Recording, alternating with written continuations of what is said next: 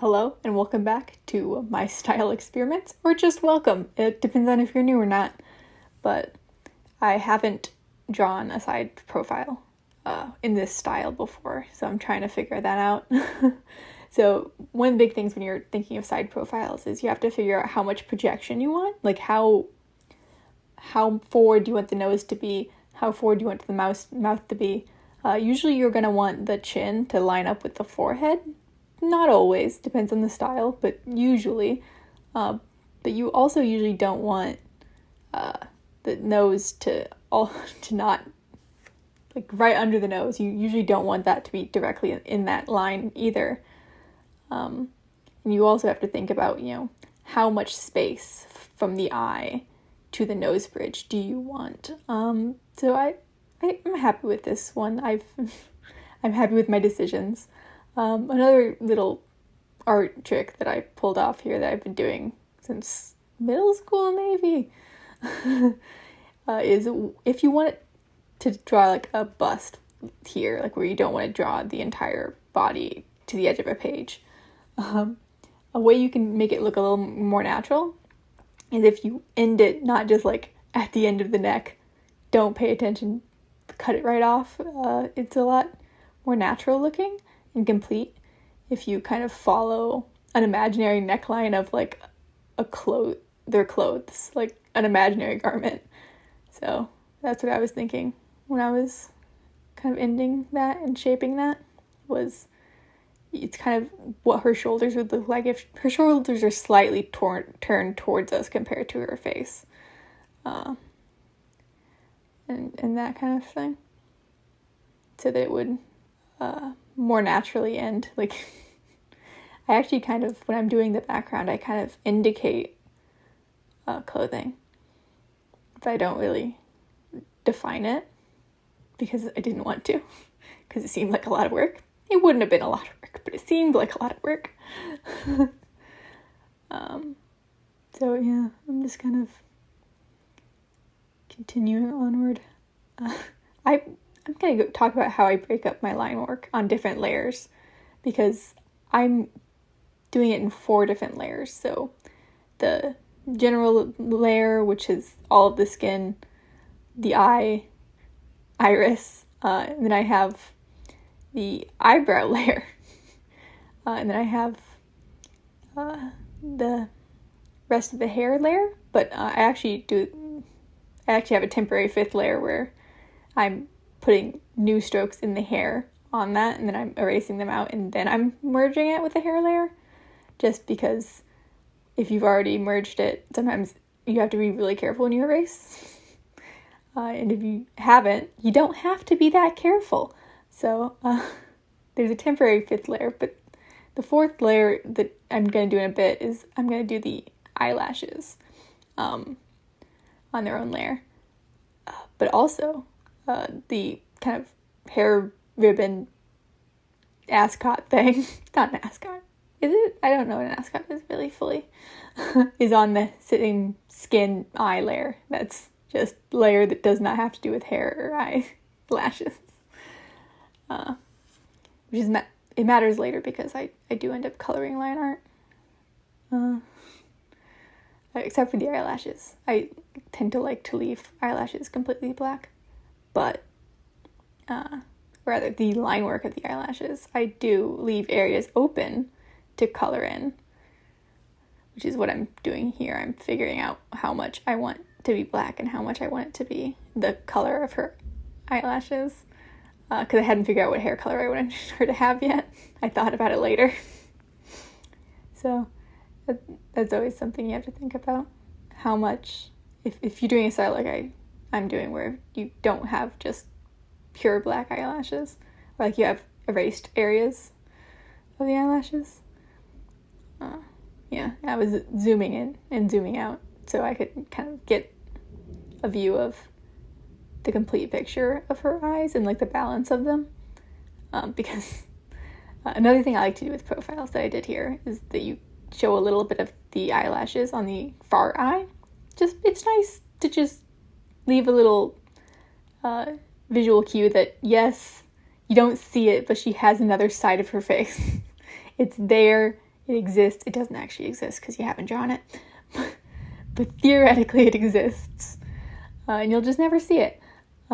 It also, I feel that kind of adding those eyelashes can also just look really pretty and doe-eyed, and I like drawing eyelashes, so always draw more, but don't draw too many, or else on like the closer eye, because then you'll completely cover the nose bridge. That's something little kid me who didn't know better did all the time, and it would look weird. It would make it hard to follow the profile.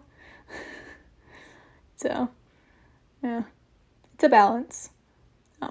Yeah, I wanted polka dots because I never bothered to do things like patterns, and I should. Yeah, so you've probably noticed by now that this is a very, pink and rosy and image, and part of it is I wanted this kind of romantic vibe with her hair kind of loose and flowing and everything very soft. Even like the brown I'm using for her hair, it's actually in the pink. It's just like a very, very dark, kind of desaturated pinkish color. Or like the corally-ish color I took from it. Which, like, really the only thing that's not is her eye. Because even her skin tone, I think I was more pink than yellow toned.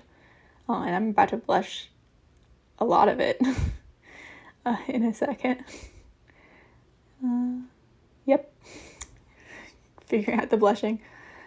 This is a very important step for me because I really, really like super blushy looks.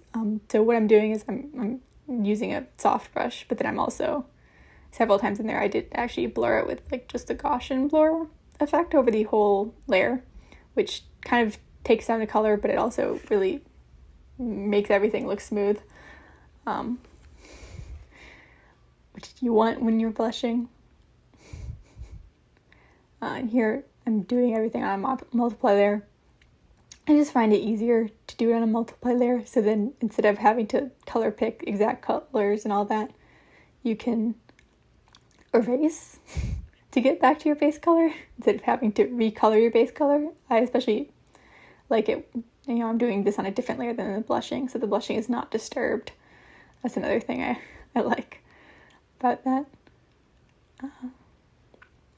Yeah, and that kind of little shadow under the eye, right by the nose bridge, right by the nose. I don't always include that, but I included it here because I just felt like it would really help her eye kind of stand out from her nose, and her nose look, rather not her eye stand out, more her cheek. I wanted to indicate that she had a cheek.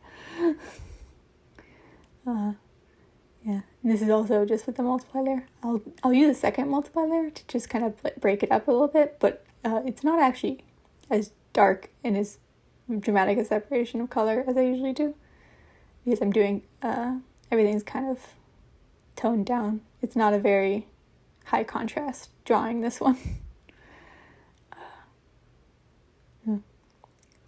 Like when I do highlights later, I add more highlights than I usually do, but they're not as bright as they usually are. It's kind of this whole vibe where I was going for a softer image. I didn't want it to be super, super shiny. But, you need it to be a little shiny, or else, it's a part of the style, and it's a part of what I think is endearing about it. See, what I did really fast is that right above that shadow for the cheek, I actually highlighted the nose on the side, just because I really wanted a kind of clearer line and clear delineation. And here I am adding, some shininess to the eyes. I find that when you're adding the whites, to just do a really vibrant color right underneath and then color over it with the white, I just feel like just leaving a little bit of that vibrancy right on the edge looks really good. Here I am with the highlights. I do kind of add slightly more highlights right at the front there. And I erased through a lot. And I decided there was too much. I figure out where I'm because obviously I knew what I did. I'm done. But oh yeah, I'm kind of slightly erasing the, not fully, but slightly erasing the lines that are underneath the hair.